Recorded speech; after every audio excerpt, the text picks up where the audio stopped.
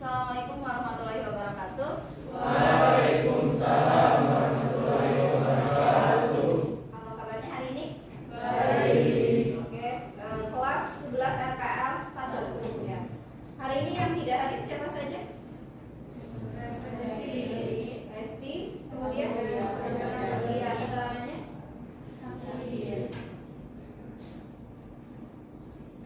Dua orang ya.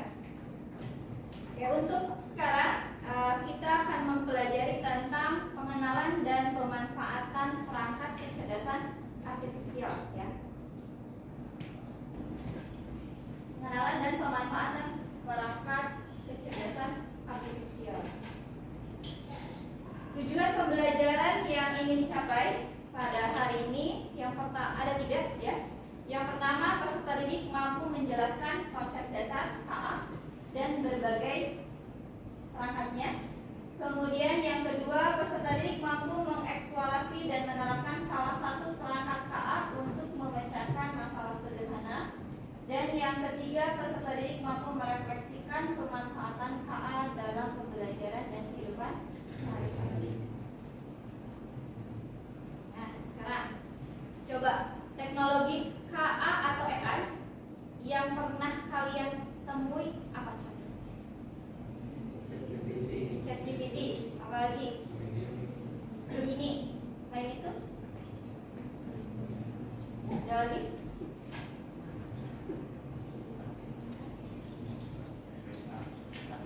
Meta, ya.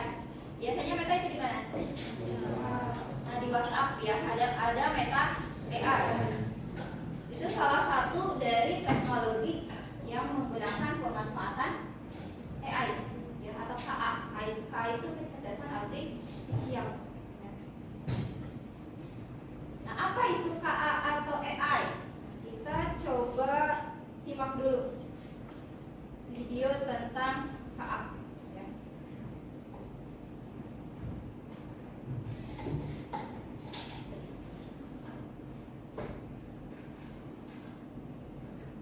The story begins 1985. Perkenalkan Gary Kasparov.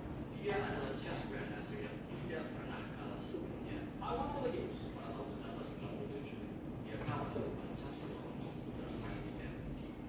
He blew off instantly, sacrificed, life captures easily. Dia menyerang pada pertandingannya setelah hanya 19 gerakan. His arms, he stands up, starts gesturing. He looks over at his mother. I think having your mother in the group where you're playing or just is not a great idea. Pada tahun 2016, manusia kalah main Go melawan komputer. It was like geopolitics, like something small that happens here have a ripple effect.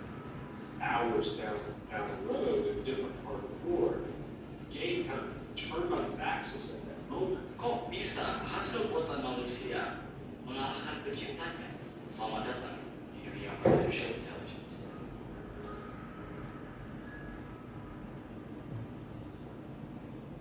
Machine learning, artificial intelligence, AI, atau kecerdasan buatan adalah bagian dari ilmu komputer yang berfokus pada pembentukan mesin dengan kemampuan kecerdasan yang dapat berinteraksi dan bekerja seperti manusia. manusia. Kita belajar dari pengalaman kita. Pemain catur semakin sering dan semakin banyak kali main akan semakin jago. Cara AI belajar itu kurang lebih sama. Contohnya, AlphaGo, yaitu AI yang mengalahkan pemain-pemain terbaik Go. Itu awalnya diberikan database 100.000 pertandingan Go dan dia pelajari itu semua.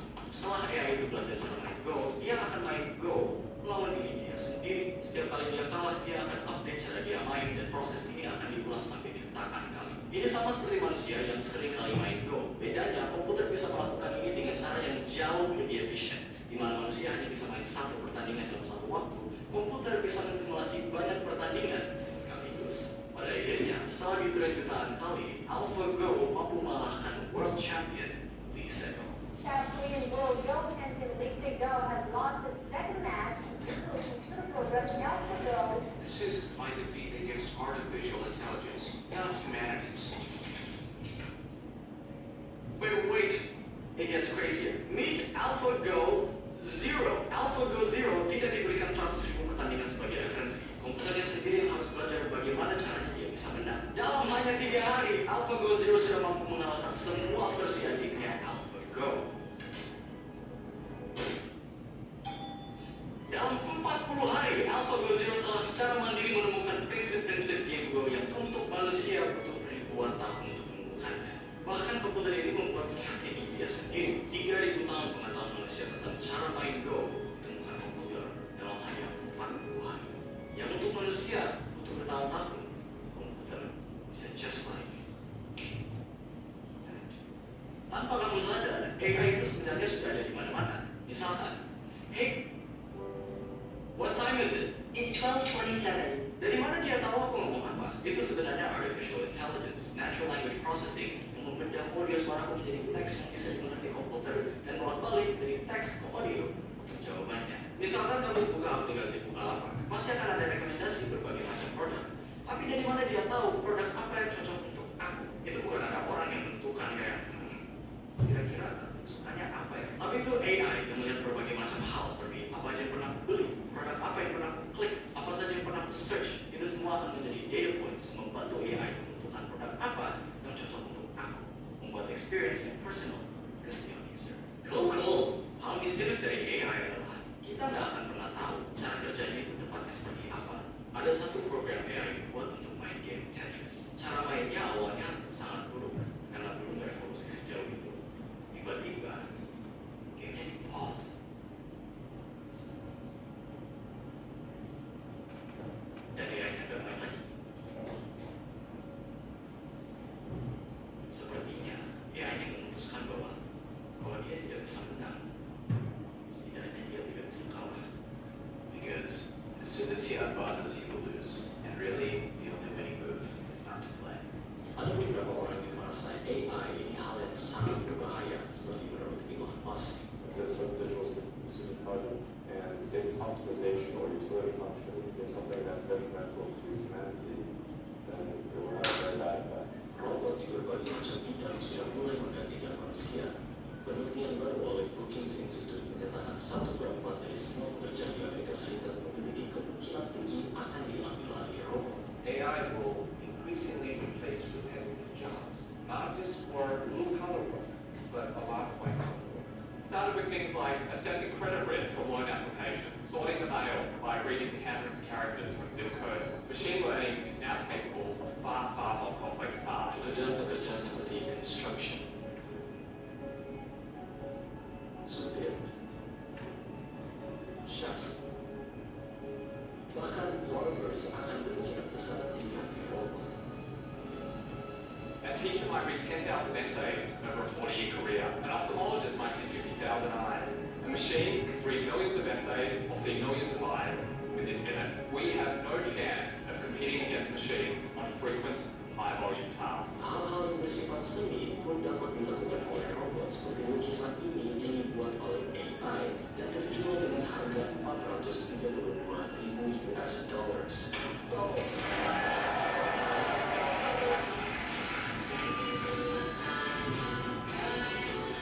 Musik yang kamu dengar ini sekarang dikompos oleh AI.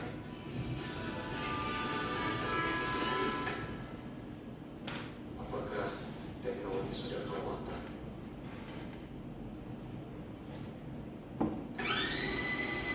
We don't get to choose when and where technological progress stops. We cannot slow down. In fact, we have to speed up. Kita mungkin tidak bisa tahu cara kerja AI, tapi kita bisa kerjasama dengan AI. Machines have calculations. We have understanding. Machines have instructions. We have purpose. Machines have objectivity. We have passion. Kita mampu membuat AI yang dengan waktu yang sangat singkat dapat belajar cara main Go sampai bahkan dia bisa mengalahkan pemain terbaik Go. Gimana kalau kita terapkan AI untuk menemukan solusi masalah ekonomi, solusi masalah sosial, untuk menemukan obat untuk penyakit seperti Alzheimer's, kanker, yang kalau manusia cari solusinya mungkin butuh ribuan tahun, tapi dengan bantuan AI pasti akan jauh lebih cepat. Just like We should not worry about what our machines can do today. Instead, we should worry about what this cannot do today. There's one thing only human can do. That's dream. So, let us dream big.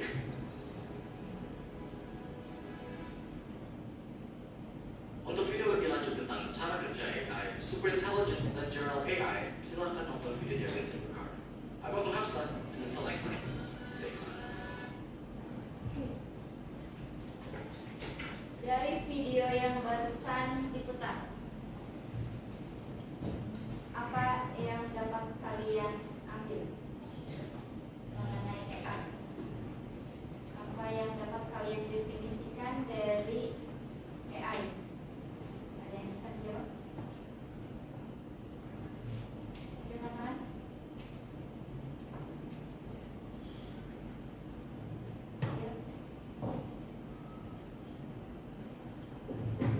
Ya. Tadi Kecerdasan buatan yang dapat bekerja atau beraktivitas seperti manusia bahkan lebih efisiensi dari manusia.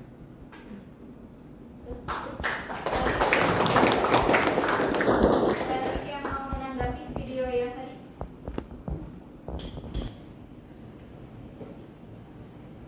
Beda?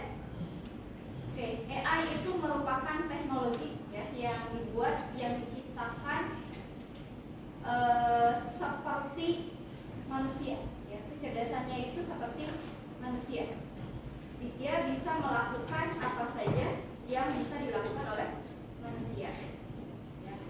Kemudian tadi untuk pemanfaatan dari AI-nya itu sendiri banyak ya dalam berbagai bidang. Tadi bisa sebagai dokter, ya, kemudian chef, kemudian di bidang pendidikan juga bisa. Kemudian bahkan tadi lagu yang diputar pun merupakan kompos dari AI itu sendiri, ya, atau KA. Jadi banyak hal yang bisa dilakukan oleh AI, seperti halnya manusia, ya.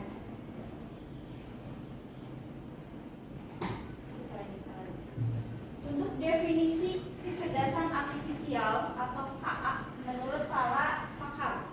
Di sini yang pertama itu ada menurut John McCarthy tahun 1956 yang dijuluki sebagai Bapak AI. AI adalah ilmu dan rekayasa dalam menciptakan mesin cerdas, terutama program komputer yang cerdas. Kemudian yang kedua, menurut Alan Rich tahun 1983, itu pakar AI dan penulis buku AI. AI merupakan studi bagaimana membuat komputer melakukan hal-hal yang saat ini dapat dilakukan lebih baik oleh manusia. Tadi dikatakan di video bahwa AI lebih cepat belajar dibandingkan dengan manusia. Manusia belajar bisa sampai ratusan hari, ribuan hari, ya. AI bisa belajar dengan beberapa jam saja atau beberapa hari saja, ya. Kemudian yang ketiga, menurut IBM tahun 2020, itu pemimpin global dalam teknologi AI menyatakan bahwa AI memanfaatkan komputer dan mesin untuk meniru kemampuan pemecahan masalah dan pengambilan keputusan manusia. Bahkan sampai ke pengambilan keputusan pun bisa dilakukan oleh AI. Itu menurut para ahli. Nah, definisi kecerdasan AI itu sendiri, seiring berjalannya waktu, pengertian tentang kecerdasan artifisial atau KA terus mengalami perkembangan karena bersentuhan dengan pertanyaan filosofis mengenai makna sejati dari kecerdasan dan sejauh mana mesin dapat dikatakan benar-benar cerdas. Namun dalam praktiknya KA mengacu pada sistem yang memungkinkan komputer belajar dari data, kemudian mengenal pola, serta membuat prediksi atau keputusan secara mandiri. Itu cara kerja dari AI-nya. Ya, AI itu bekerja mulai dari belajar dari data, kemudian mengenal polanya dan sampai bisa membuat prediksi atau keputusan secara mandiri. Karakteristik dari KA, kecerdasan artifisial ataupun AI, sama saja ya. Yang pertama, KA belajar dari data atau mesin learning. KA bisa belajar dari data yang diberikan kepadanya. Menurut Russell and Novick tahun 2021, semakin banyak data yang ia pelajari, semakin baik kemampuannya. Jadi KA juga belajar, ya, belajar dari data yang diberikan ke dalam KA itu sendiri. Kemudian yang kedua, KA mampu beradaptasi dan meningkatkan performanya. Jika KA awalnya sering melakukan kesalahan, ia bisa memperbaiki dirinya sendiri dengan belajar dari kesalahan tersebut. Jadi dia terus belajar, upgrade dirinya, gitu ya. Kemudian yang ketiga, KA bekerja berdasarkan algoritma dan model prediktif. KA bekerja dengan aturan dan langkah-langkah matematis yang disebut algoritma. Dengan algoritma ini, KA bisa memprediksi sesuatu sebelum terjadi berdasarkan pola data yang telah dipelajari. Contohnya tadi di video dikatakan di Bukalapak, kalau misalnya kita sering melihat atau searching produk tertentu pasti akan muncul, ya, sering muncul di halaman berandanya. Pernah mengalami? Nah, itu yang bekerjanya adalah KA, ya. Jadi mengenali kebiasaan manusia menggunakan kata tersebut. Kalau misalnya kalian searching di YouTube tentang pemrograman misalnya, pasti nanti YouTube sendiri akan memberikan rekomendasi berbagai video tentang pemrograman ataupun yang lain. Kemudian yang keempat, KA mampu mengenali pola dan membuat keputusan secara otomatis. KA tidak hanya melihat data, tetapi juga bisa menemukan pola yang tidak terlihat oleh manusia. Dari pola-pola ini, KA bisa membantu mengambil keputusan secara otomatis. Itu karakteristik dari KA.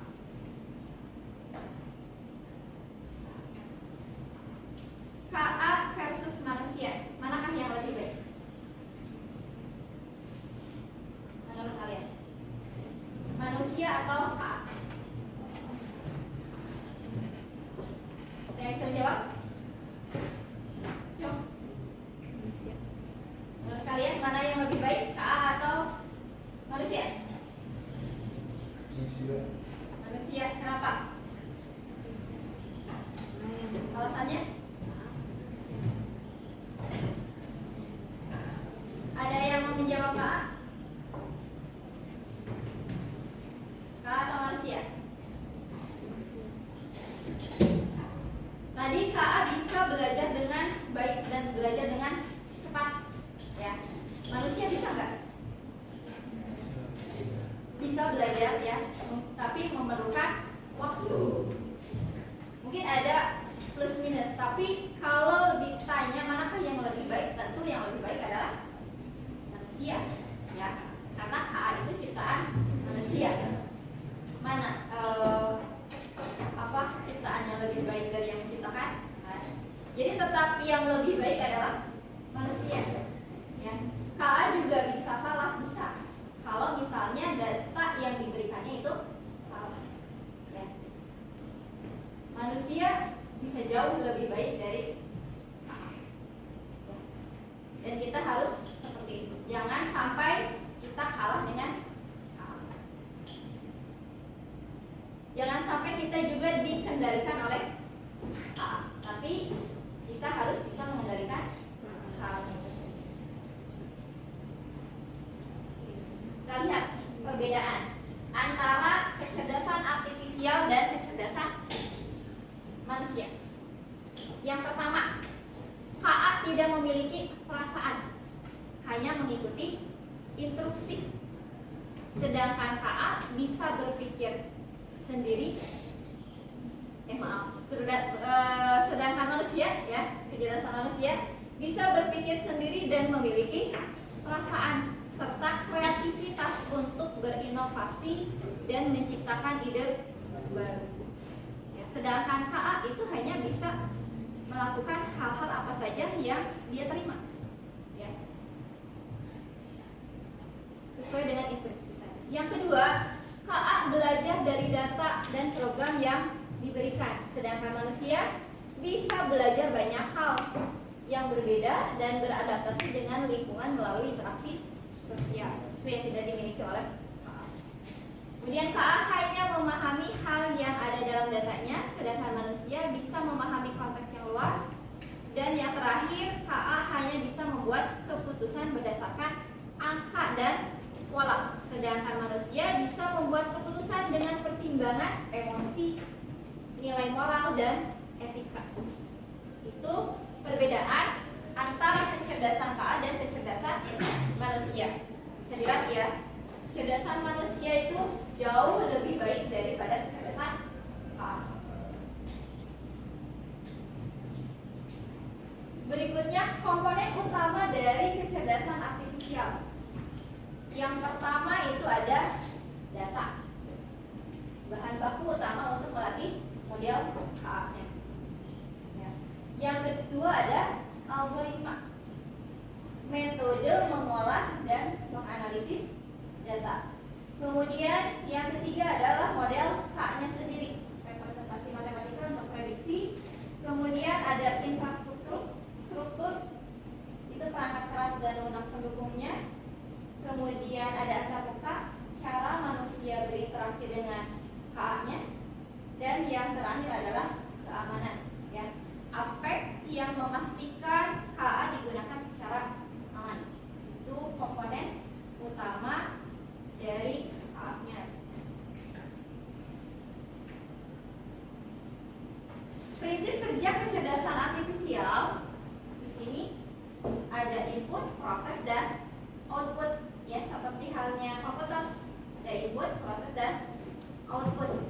Karena memang ini sebuah perangkat, ya. Inputannya apa saja? Inputannya adalah data. Datanya berupa apa? Ada pertanyaan, kemudian perintah suara, kemudian teks atau gambar. Kemudian setelah ada inputan atau masukan, dia akan diproses atau pelatihan data menggunakan algoritma kecerdasan artifisial. Kemudian hasil atau outputnya itu prediksi dan output lainnya itu bisa keputusan, hasil karya seni, prediksi ataupun saran. Misalnya kalian bertanya ke ChatGPT tentang error di program. Nah, kalian kan menginputkan perintah errornya seperti apa, ya. Kemudian sama ChatGPT-nya diolah dan nanti akan memberikan output dari apa yang kita tanyakan. Seperti itu. Itu prinsip kerja dari KA-nya. Ya. Untuk kategori perangkat KA dan contoh aplikasinya itu ada asisten KA. Contohnya apa? ChatGPT. Kemudian ada Gemini. Ya. Kemudian ada KA untuk produksi video, membuat video dengan KA. Contohnya itu ada Synthesia dan Filmora itu untuk membuat dan mengedit video. Kemudian ada juga untuk menulis rapat, bisa menggunakan Atom dan Nyota. Ya. Kemudian untuk penulisan ada Read dan Sudowrite, ya, dengan konten. Kemudian untuk pembuatan gambar bisa menggunakan Midjourney dan DALL-E 3 itu bisa menciptakan gambar. Kemudian untuk manajemen proyek bisa menggunakan Asana dan ClickUp. Kemudian ada layanan pelanggan, contohnya itu video AI atau otomatisasi pertanyaan. Kemudian ada dia juga untuk pembuatan presentasi, bisa menggunakan Gamma, ya, desain konten. Bisa juga menggunakan, ada sekarang Canva AI, ya, membuat presentasi menggunakan AI. Contoh dan kategori dari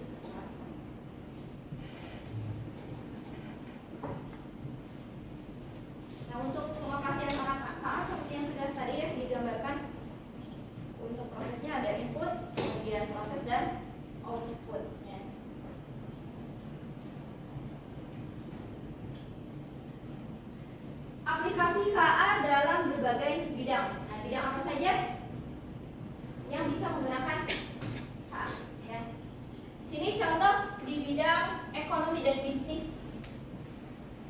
ekonomi dan bisnis, KA atau AI itu bisa digunakan sebagai analisis data pasar.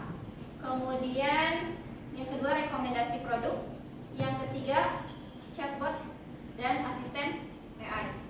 Kemudian di bidang pemerintahan itu bisa digunakan smart city dan prediksi, e-government, kemudian chatbot layanan publik.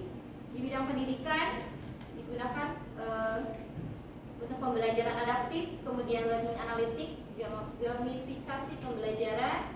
Di bidang kebudayaan ada digitalisasi arsip, rekonstruksi bahasa, dan AR untuk sejarah.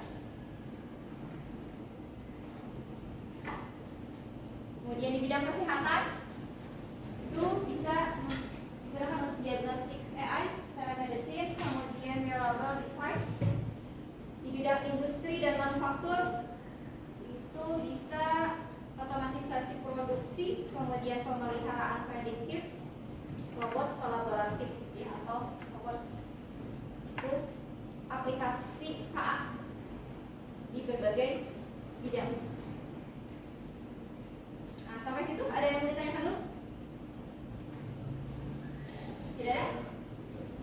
Nah, sekarang kita coba mengimplementasikan salah satu perangkat KA, yaitu ChatGPT dan Teachable Machine. ChatGPT ini sebagai asisten ya, asisten KA. Kemudian Teachable Machine ini bisa digunakan untuk pengenalan pola atau suara. Ya. Kita coba yang ChatGPT dulu. Mungkin kalian sering menggunakan? Sering. Dia. Nah.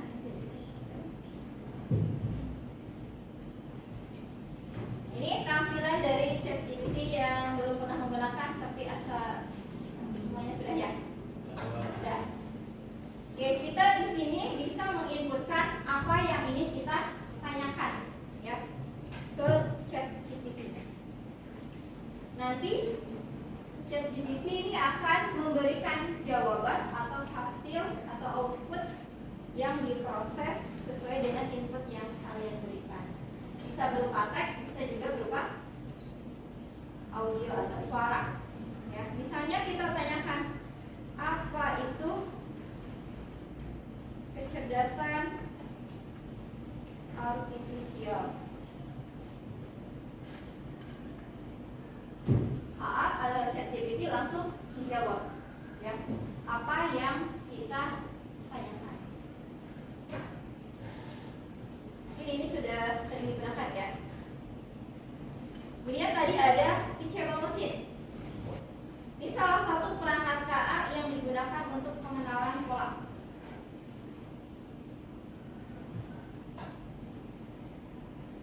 Ada image project, kemudian audio project, sama pose project. Image project ini untuk pengenalan gambar, audio project pengenalan suara, ya, pose project pengenalan pose. Kita coba salah satu image project. Nah, di sini kita harus membuat kelasnya dulu, ya. Misalnya yang pertama kita coba kenalkan remote, ya, ke A-nya. Kita pakai webcam. Oke. Kemudian kita kenalkan, ya, remote ini ke si K. Kita foto remote ini dalam berbagai tampilan, ya, dalam berbagai sudut pandang, ya. Kita coba yang pertama bagian depan, kemudian samping, belakang kita putar supaya K-nya itu mengenali ketika kita memperlihatkan remote ini, ya. Oke, ada 67 image. Berikutnya kita coba tambahkan yang lain. Misalnya open, ya. Kita kenalkan, kita tambahkan satu lagi kelas.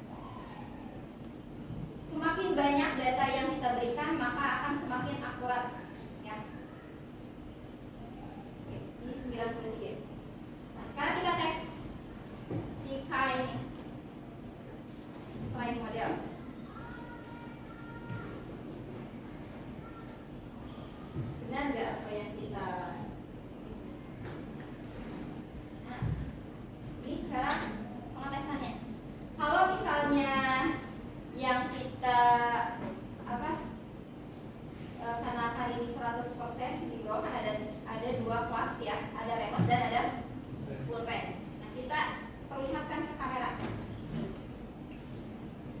Ini pulpen. Ya. Dia bisa mengenali itu. Di situ 100% pulpen. Kita ganti sama remote. Dia mengenali bahwa ini adalah remote. Ya. Nah, begitulah KA bekerja. Jadi pertama itu datanya diberikan, ya seperti tadi gambar pulpennya dikasih banyak, ya. Kemudian sama remote juga. Nah, setelah kita cek ternyata dia bisa mengenali untuk pulpen 100% dan untuk remote 100%. Di ChatGPT juga sama, isinya itu berarti data. Data-data dari berbagai sumber itu disimpan. Kemudian dari setiap apa yang kita tanyakan akan muncul, ya. Tapi hanya data yang sudah tersimpan saja. Kalau misalnya kita menanyakan sesuatu yang belum ada di ChatGPT, pasti dia akan menjawab kalau dia tidak bisa memberikan jawaban, ya, atas apa yang ditanyakan. Jadi ada batasan juga ChatGPT. Apalagi kalau dalam bahasa Sunda, nah yang biasanya agak tidak sesuai jawabannya. Mungkin ChatGPT-nya belum mengenal, ya. Jadi terbatas, ya. Beda kecerdasan manusia dengan kecerdasan artifisial, sangat berbeda. Kecerdasan manusia biasanya lebih luas, ya, dan sedangkan untuk KA itu tergantung apa yang dia miliki, ya, apa yang diinputkan oleh ke dalam KA itu. Nah, itu mungkin untuk pengenalan dan pemanfaatan KA. Ada pertanyaan? Tidak ada? Oke, sekarang coba berkelompok, ya, 4 orang. Berkelompok, coba buat kelas seperti yang tadi dicontohkan di teachable machine.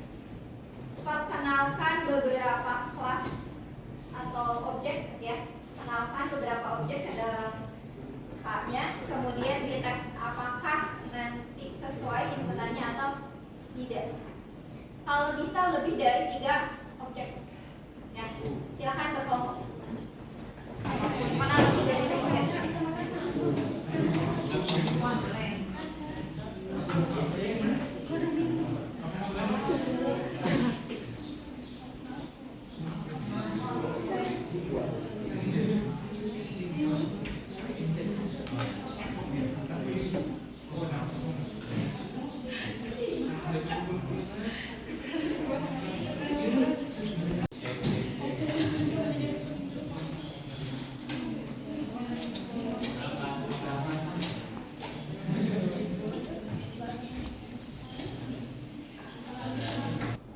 Assalamualaikum warahmatullahi wabarakatuh. Waalaikumsalam warahmatullahi wabarakatuh.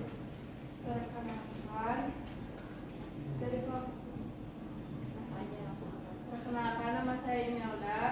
Nama saya Nabil. Nama saya Irka.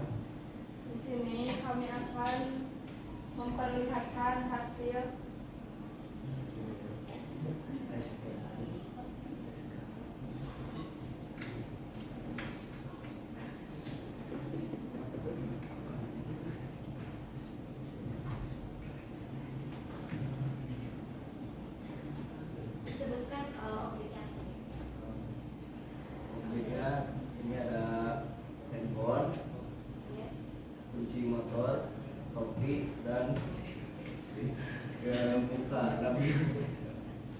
muka atau kepala?